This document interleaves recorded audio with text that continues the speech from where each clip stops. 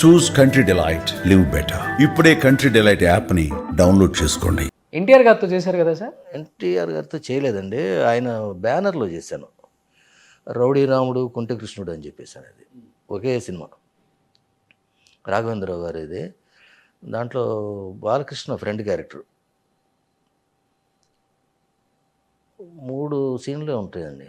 బ్యాంకులో సీన్ ఒకటి, అది కవిత్వం చెప్తా ఉండే ఒక బ్యాంక్ ఎంప్లాయీ, అతన్ని మర్డర్ చేస్తారు. సబ్జెక్టే అది, బాలకృష్ణ ఫ్రెండ్. దాని మీద ఒక 3 సీన్స్ ఎంతో ఉంటుంది. ఆ సీన్స్కి ఇక్కడ మెడ్రాస్లో ఉన్నాను అప్పుడు. రామారావు గారు అప్పుడు ఇక్కడే ఉన్నారు. ఆయన మేకప్లో ఉన్నారు. నన్ను కబురు పెట్టారు మార్నింగ్. వెళ్ళి కూర్చున్నాను. నేను ఒక రూము, అసిస్టెంట్ వచ్చేసి చెప్పాడు, లోపల ఆయన మేకప్లో ఉన్నాడు. రెమ్యునరేషను మాట్లాడమన్నారండి. నేను 1000 రూపీస్ ఇస్తారంటండి. నేను 1000 రూపీస్, నేను షాక్ అయ్యాను. 1000 రూపీస్ మామూలుగా అప్పటికి 7 అట్లా వచ్చాను. 7,000 7,500 10 దాకా ఉన్నా కూడా ఇచ్చేవాళ్ళు కాదు. అదే మంచి రెమ్యునరేషన్ మా రేంజ్కి అప్పట్లో. అంటే బాగా తక్కువ అని చెప్పేసానంటే ఆయన వెళ్ళి మళ్ళీ కబురు పెట్టి లోపలికి వెళ్ళారు. లోపలికి వెళ్ళి తక్కువ అంటున్నారండి అది ఇది అంటే, లేదు పెద్ద క్యారెక్టర్ కాదు, చిన్న క్యారెక్టరే, చెప్పు అబ్బాయికి అని చెప్పేసి మళ్ళీ కబురు. మళ్ళీ ఆ కబురు వచ్చేటప్పటికి ఇక నేను సరే 1116 అన్నారు. ఓకే, ఫైనల్గా 116 పెరిగిపోయింది. మర్యాదగా ఉండదు కదా, ఇక నేను ఏం మాట్లాడలేదు. ఇంటికి పంపించారు, అది అగ్రిమెంట్ పంపించేసి అంతా సైన్ చేసి ఇచ్చాను. చాలా కాలం ఉంచుకున్నానండి అది. నేను ఆయన సైన్ స్పెషల్గా ఉంటుంది కదా, ఎన్టీ రామారావు అనేది, దానికోసం అని ఆ అగ్రిమెంటు అది చూసుకుంటా చాలా కాలం ఉంది అది నా దగ్గర. అది ఎన్టీ రామారావు గారి అదొకటి మనిషి చూసుకోలేదండి మేము. ఆ తర్వాత షూటింగ్కి వచ్చాము, అక్కడ రూమ్ ఇచ్చారు నాకు. అక్కడ ఆర్టిస్టు చలపతిరావుకి నాకు ఫస్ట్ క్లాస్ ఇచ్చారండి ఇక్కడి నుంచి. ఆ రోజుల్లో రామారావు గారి దీంట్లో ఫస్ట్ క్లాస్ అంటే మాకు మరి ఇది మేము ఎక్స్పెక్ట్ చేయలేదు. ఆయన నాకు ఒక ఫస్ట్ క్లాస్ ఇచ్చారు, చలపతిరావు గారికి. ఇద్దరికి కలిపి ఒక రూమ్ ఇచ్చారు అక్కడే. ఆ రూమ్లో ఉన్నాము అంతా. అక్కడ 2 days అంతా కూడా షూటింగ్. అది ఇండోరు కాస్త అవుట్డోర్లో బాలకృష్ణతో సీన్స్ అవన్నీ మొత్తం అయిపోయిన తర్వాత ఫ్లైట్ బుక్ చేశారు వెళ్ళేటప్పుడు. నైట్ ఫ్లైట్, ఈవినింగ్ ఎయిర్పోర్ట్కి వెళ్ళే ముందు రమ్మంటున్నారండి కింద సార్ అని చెప్పేసి. ఫ్లోర్ ముందు ఒక చైర్ వేసుకొని ముందు ఒక పెట్టె పెట్టుకొని గల్లా పెట్టలాగా ఒక తీసిన ఆయనే ఉంది. దాంట్లో రూపాయి బిళ్ళలు, ₹10 బిళ్ళలు, పావలా బిళ్ళలు వరుసగా మొత్తం అన్నీ ఇంత పొత్తిలాగా పెట్టేసి ఉన్నాయండి మొత్తం వరుసగా. నాకు 1116 కదా. ఆ మేనేజర్ ఇచ్చాడు, ఇది ఓచర్ ఇచ్చాడు. ఓచర్ మీద సంతకం చేశాను. 1000 రూపీస్ పక్కన అది 116లకి ₹10 కాయిన్లండి. కాయిన్లు కరెక్ట్గా కౌంట్ చేసేది ఇచ్చాడు. ఎంత తృప్తిగా ఉందో నాకు. ఆయన చేతుల్లోంచి తీసుకోవటం అనేది ఆ డబ్బు, అది చాలా కాలం ఉంచాను. సార్ చాలా మంది అంత కౌంట్ చేసండి, అంత పర్ఫెక్ట్ మాట్లాడింది కరెక్ట్గా ఇచ్చేసారు ఆయన. 116 1116 కానివ్వండి, ముందు అది కరెక్ట్గా కౌంట్ చేయటం, అది ఆయన చేతులతో ఇవ్వటం అనేది. ఎవడో ప్రొడక్షన్ ఉంటాడు, వాడు ఇచ్చేస్తే మేము వెళ్ళిపోతాం, మామూలుగా అవసరం లేదు. మరి అది మాకు అదొక ఆనందం. సార్ అంటే మీరు ఉన్న 10 సంవత్సరాల్లో చాలా సక్సెస్ చూశారు అనుకుంటే, ఇంకా తర్వాత మీరు అన్నట్లుగా చంద్రమోహన్ గారు లాంటి క్యారెక్టర్స్, నాన్న, అన్న, తమ్ముడు క్యారెక్టర్స్ చాలా చేయొచ్చు కూడా చేసి ఉండొచ్చు. అండ్ ఆ ₹10 ఆ 1116 తీసుకొని మళ్ళీ ఇండస్ట్రీని వద్దనుకొని బయటకు వచ్చి బతకాలన్నా కానీ చాలా కష్టం. పిల్లల్ని పెట్టుకొని, భార్యను పెట్టుకొని, ఈ చెన్నైలో ముఖ్యంగా. ఆ కసి ఇండస్ట్రీలో నాకు మంచి రోల్స్ వచ్చి లాస్ట్లో తగ్గిపోతున్నాయి కసి మిమ్మల్ని ఇంతతోనే చేసిందా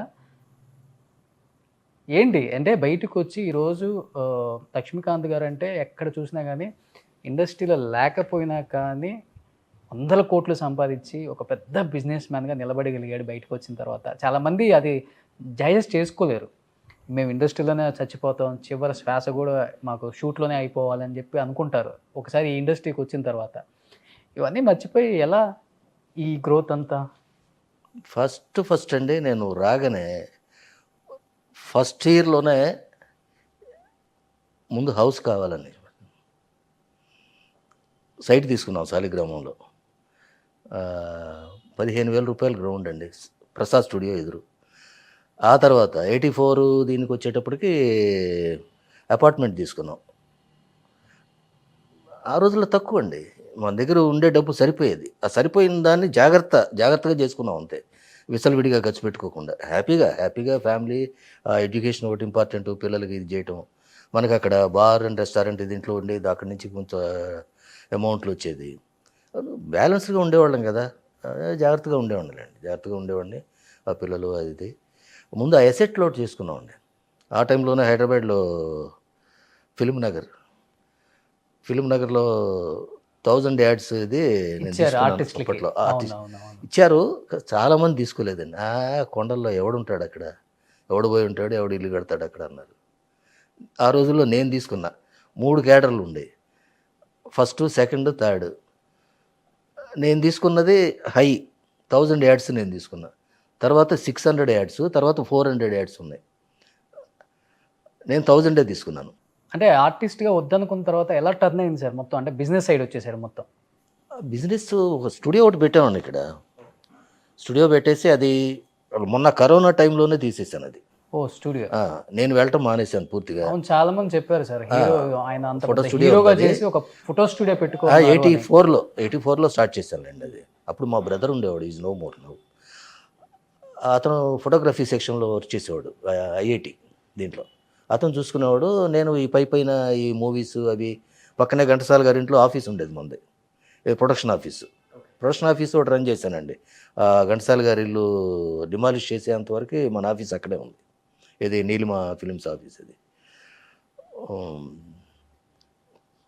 ఆ టైంలో సినిమాలు ప్రొడ్యూస్ చేశారు. సినిమా ప్రొడ్యూస్ చేసే ఉంది. ఈ డబ్బింగ్ మూవీస్ వరుసగా ఒక 7-8 సినిమాలండి. 7 సినిమాలు దాదాపు ఆల్మోస్ట్ హిట్స్.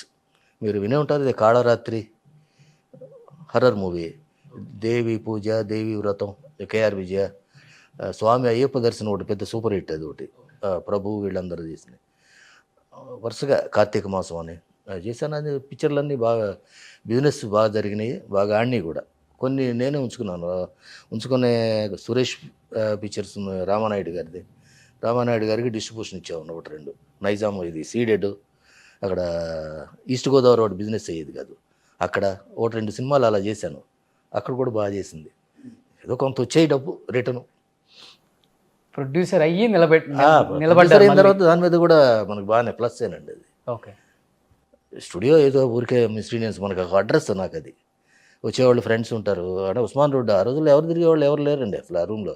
అక్కడ బయట చైర్స్ వేసుకుని కూర్చునేవాళ్ళం ఉస్మాన్ రోడ్లో.